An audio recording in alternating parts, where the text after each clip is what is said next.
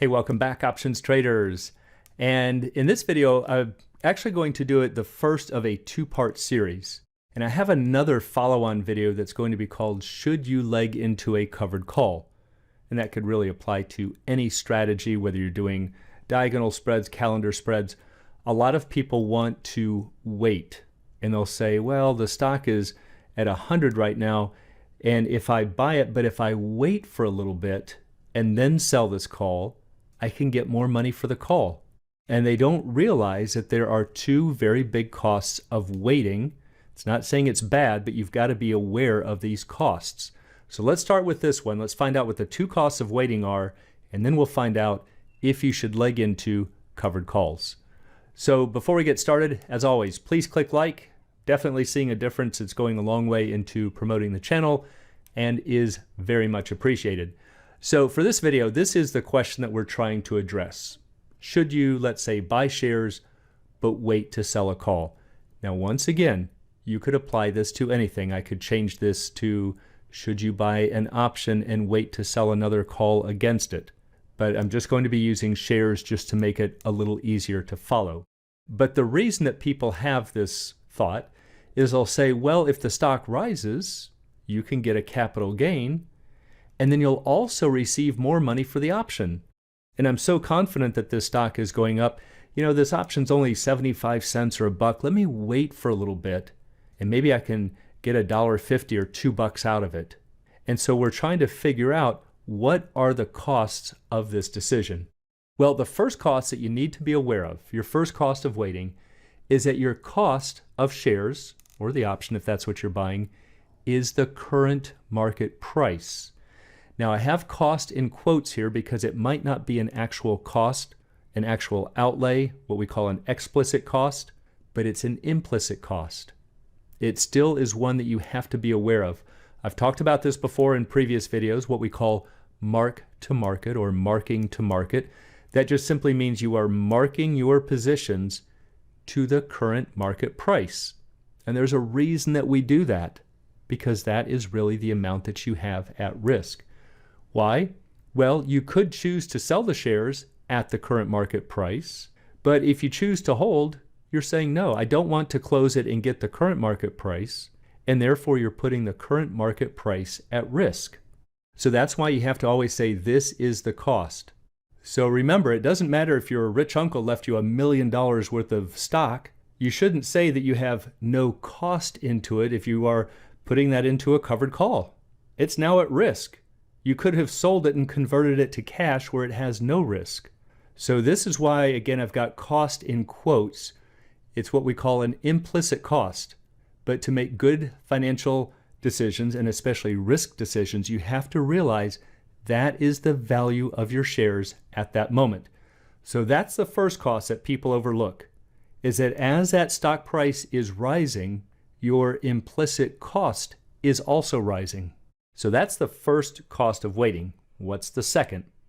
Well, the second cost of waiting is that if the option goes in the money. A lot of times traders say, well, the stock's at 103 and I want to sell the 105 call, but if I can wait for a little bit and let that stock price rise, I can get more for the option. And then the stock goes to 106 or 107 to where that option is now in the money. And you have to remember that in the money options have less extrinsic value. And the only thing that you're benefiting by selling that option is the extrinsic value. So if the stock is at 100 right now, sure, you might be able to sell the $100 call for $5. And if you sell that today, yes, you could say your cost basis is $95. And that's because you have $95 at risk right now. But let's say you wait for the stock to rise, and it does, and it goes to 102, and that $100 call is now trading for $6. Well, yes, it's trading for $6, but there's only $4 of extrinsic value.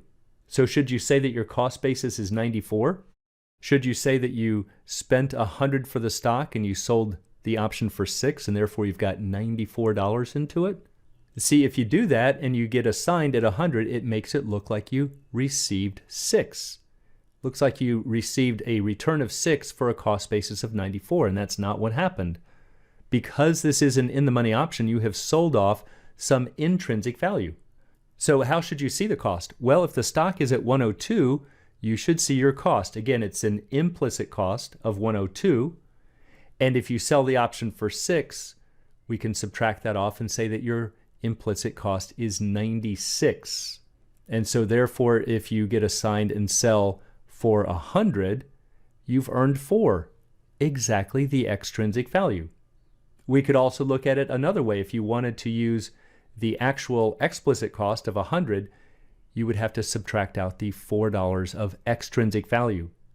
And that would still give you the same $96 cost, but it is not 94. So once again, you have to be aware of this, that the stock price moving is increasing your cost, and with the options going in the money, it's decreasing really the benefit. It's decreasing the extrinsic value. So an easy way to see this mistake here is to look at an extreme example. Let's look at a super deep in the money option. Let's say the stock is at 100 and later the stock rises to 120. And you go, oh, this is a good thing that I waited. I can now sell this $100 call for 20. Keep in mind, there's zero extrinsic value in that deal. That's just trading at parity. Should you say that your cost basis is 80? And see, that's what a lot of traders do. They'll say, well, I spent 100, I sold the call for 20, so I've got $80 into it. And if I get assigned at 100, I made 25% on my money. Not at all true. And that's because you didn't have $80 of risk over time. You didn't spend $80 back here, you spent 100. You had $100 of risk, and as the stock price was rising, the amount of risk was also increasing. So you should see your cost as 120, and when you sell the call for 20, now you could say your net cost is 100. If you get assigned at 100, those just wash. There's no benefit in that deal. You just end up with the 20 bucks. So you could have also done the same thing by just selling the shares for the current market price of 120. See, in this case, the option strategy did 0 for you. It was just a roundabout way to sell the shares. So the points to keep in mind with the cost of waiting is that the deeper in the money the option goes, the less valuable it becomes.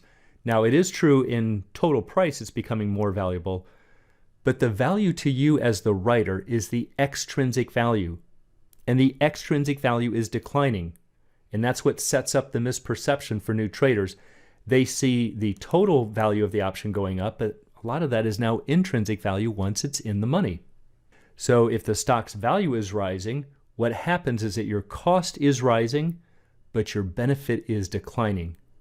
And this is what sets up the whole problem when people wait to sell options. I'm not saying it's wrong, I'm just saying that they end up having misperceptions about the risks that they're taking. Now here's one final thing to think about that I've heard objections from some traders, and they'll say, okay, well maybe I don't sell an in-the-money option. Let's say the stock is 100 and I could sell the at-the-money call for 5. And I say, well, what if I wait and I see that the stock goes to 105 and the 105 call is trading for 3? All right, well, I know enough maybe not to sell the $100 call, but now I can sell the 105 and get 3.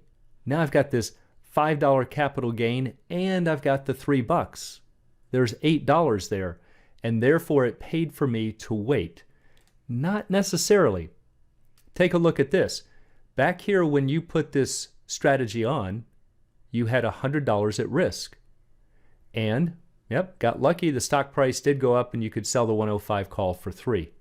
Well, somebody else could walk off the streets. I could come up at the same point in time, pay the $105 current stock price, and receive the same $3 for the same 105 strike. Exactly what you got over here.